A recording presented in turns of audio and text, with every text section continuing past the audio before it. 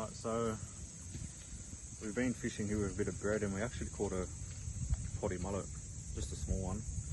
So what we're going to do, we're going to pin him through the lips and cast him in the channel and see how we go.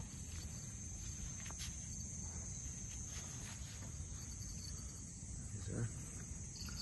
When I use them, I just like to pin them straight through the bottom and top lip.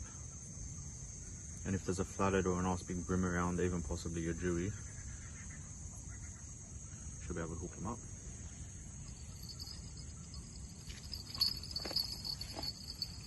We also put a bit of a heavier weight on as well. The current is moving a bit.